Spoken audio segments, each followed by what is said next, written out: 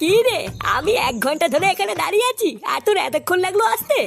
আর বারা বলিস না, বাপটা কাল রাত্রে বেলায় মালমুল খেয়ে খুব ঝামেলা করছিল, তাই ঘুম ভাঙেনি। এই ছেগো মানি বাপটা খুব বার বেড়েছে বুঝলি, বারা মাঝে মাঝে যে রাগ হয় না, মনে হতে কেলিদি। এ মা, এইসব তুই কি বলছিস? এতক্ষণ আমি তোর জন্য অপেক্ষা করলাম আর তুই আমাকে কেলাবি বলছিস? এ লাউলা আলেক তুই ভাই, বলি বালা শোনে থাল। ভোদাই একটু যে মনের কথা খুলে বলবো তারও উপায় নেই। বলতি যে আমাকে এখানে দেখেছিস কেন, আগে তাই বল। আরে তোকে কি আর এখানে এমনি এমনি ডেকেছি? একটা ভালো কথা বলবো বলেই তো ডেকেছি রে। কাল রাত থেকে যখন এই কথাটা আমার মাথায় এসেছে, তোকে না বলা পর্যন্ত আমার ভালোই লাগছিল না। তা তোর না কি এমন কথা সেটা তো বল। মানে বলছিলাম কি ফাটা, চল না সবার মতন আমরাও একটু পিকনিক টিকনিক করি।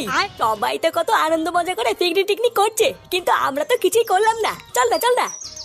তুই না পিকনিক করবে? পিকনিক করতে কত টাকা লাগে জানিস? এই মেরেছে, তাও তো ঠিকই বলেছিস, এটা তো ভেবে দেখিনি। হ্যাঁ, শুধু টাকাই না, রান্না বান্না করার জন্য তো লোক লাগবে, সেটাও তো নেই।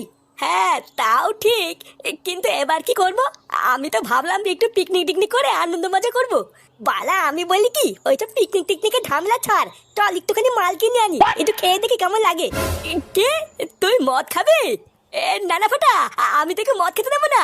আরে ধুর বুঝা, আমি কি একা খাবো নাকি? তুইও খাবি আমার সাথে? কি বলছিস? আমিও খাবো? কিন্তু আমরা মালটা আনবো কি করে? দোকানে গেলে তো বাচ্চাদের মালই দেয় না। হ্যাঁ বললা, এটাও তো ঠিকই বলেছিস। এবার কি করা যায়? একটা রাস্তা আছে, চল আমার সাথে চল। কেন, কোথায় যাবি? বুধার বাল আগে চল, তারপর দেখতে পাবি নি।